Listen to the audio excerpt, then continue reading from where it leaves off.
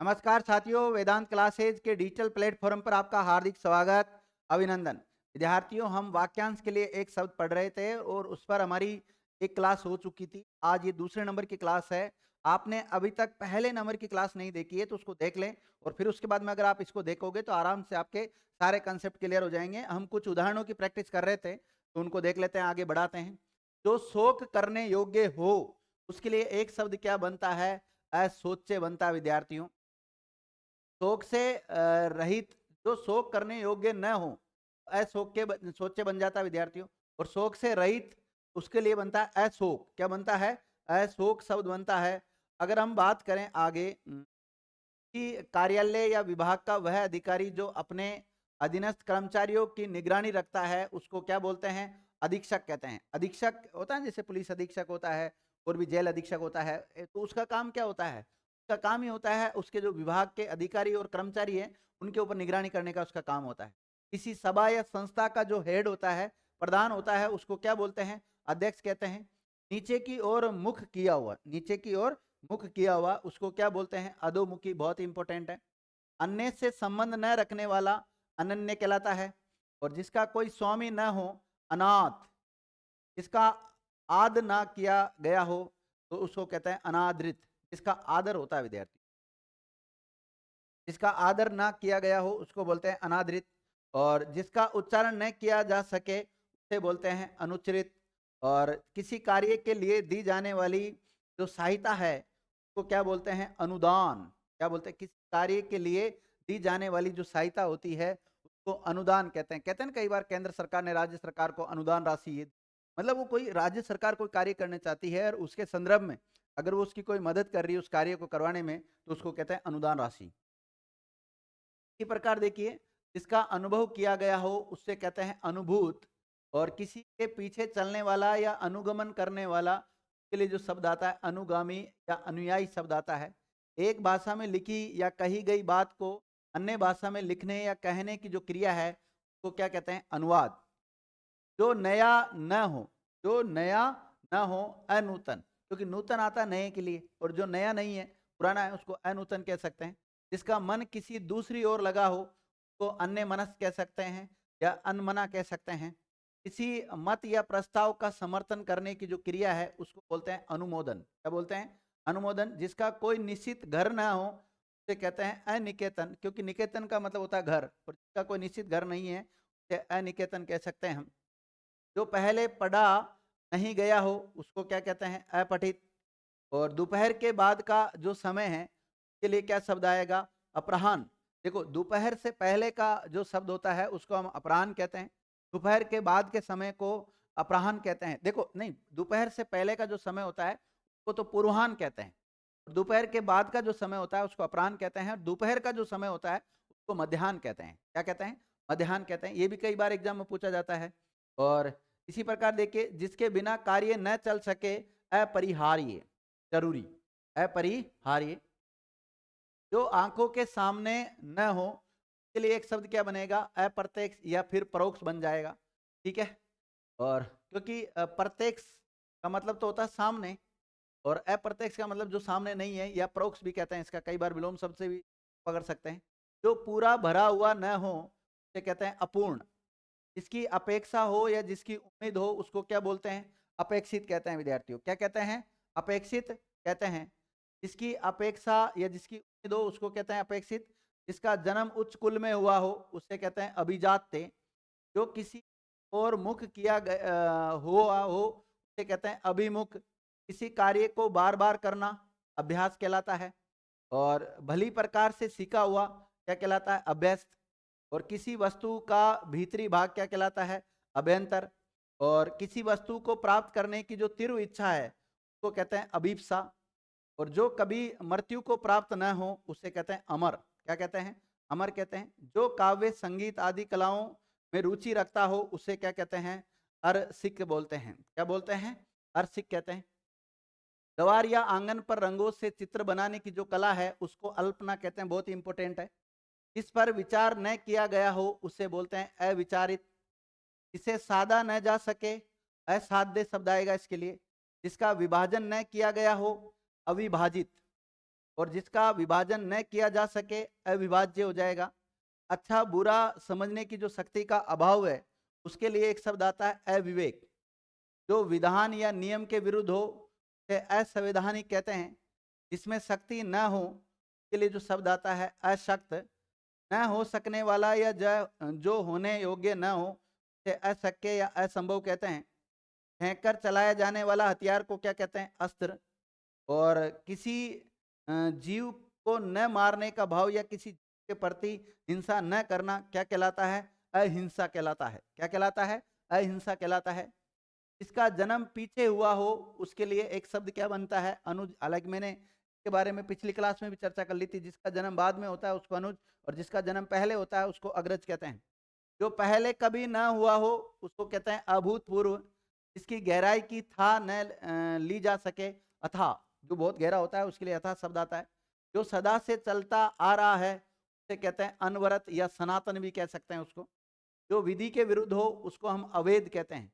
जिसमें कुछ करने की क्षमता न हो अक्षम कहते हैं। इसे गिना न जा सके उसके लिए अनगिनत शब्द आता है। इंद्र की पुरी के लिए एक शब्द क्या बनता है? अमरावती। और जो कुबेर है, कुबेर की नगरी को अलकापुरी कहते हैं एक शब्द में। इसे काटा न जा सके अकाट्य। और साधारण नियम के विरुद्ध बात अगर कोई है तो उसे हम कहते हैं अपवाद। जो मनुष्य के लिए उचित ना हो अमानुषिक। क्या आएगा उसके लिए? अमानुषिक शब्द आएगा। इसी प्रकार जो किसी कार्य के होने के पूर्व का अनुमान करे उसे क्या कहते हैं?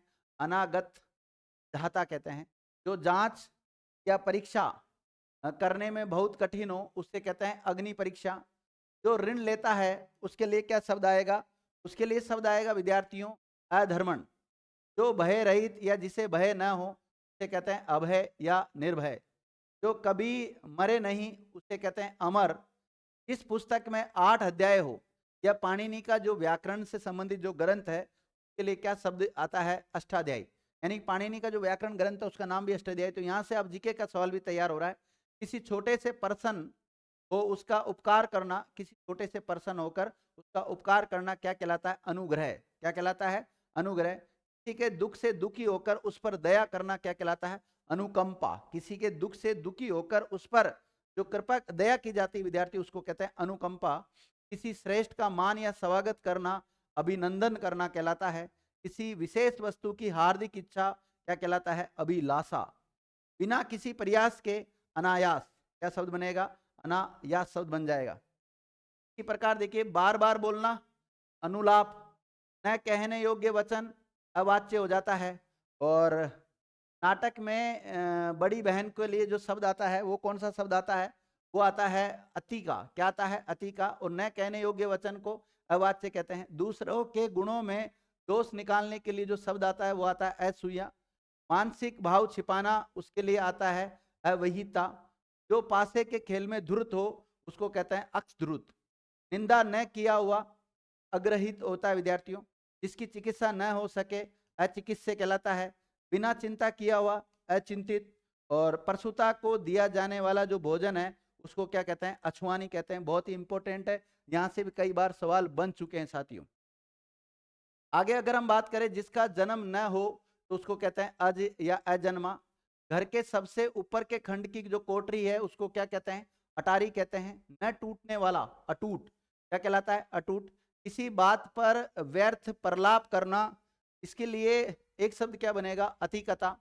और मर्यादा का उल्लंघन करने करके किया हुआ को क्या कहते हैं? अतिकृत।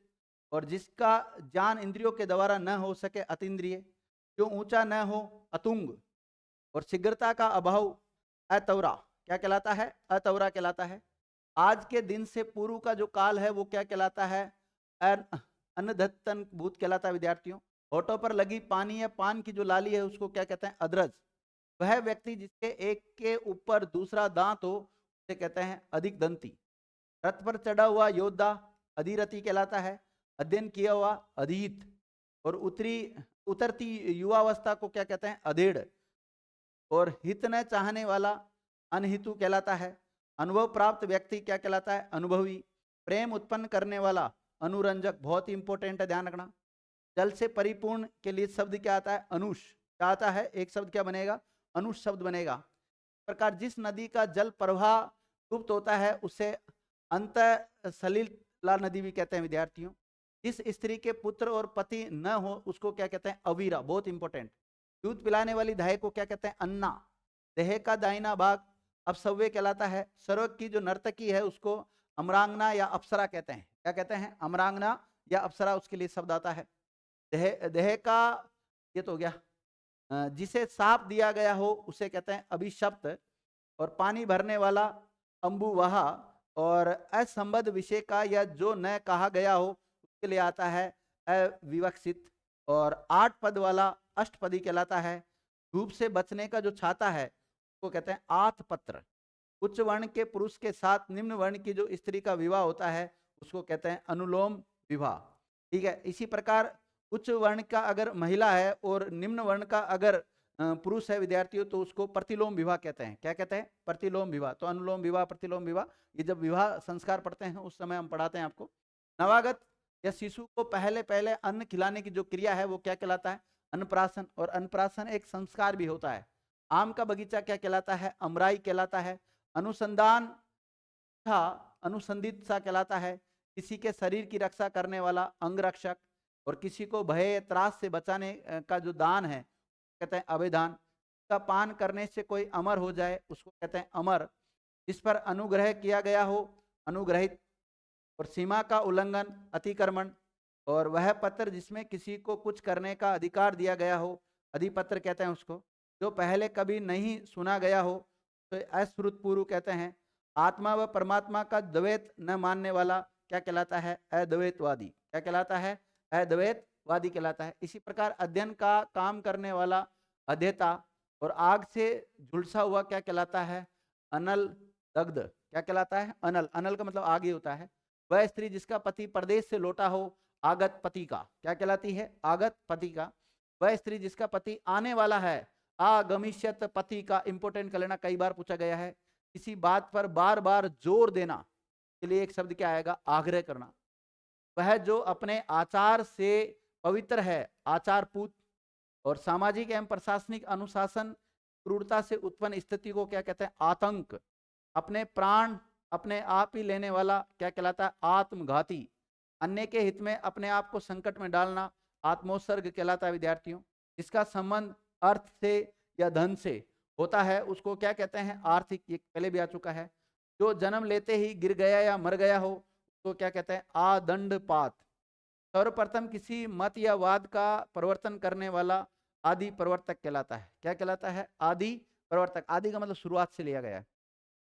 पैर से लेकर सिर तक आपाद मस्तक हम इसके लिए कहते हैं। आपाद मस्तक में अव्यय भाव समास भी है।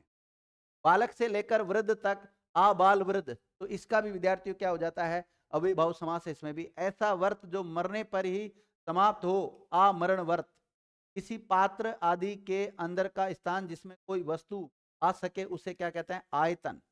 देश में या विदेश से या बाहर से माल आने की जो क्रिया है उसको क्या कहते हैं? आयात। जाने की क्रिया उसको निर्यात कहते हैं।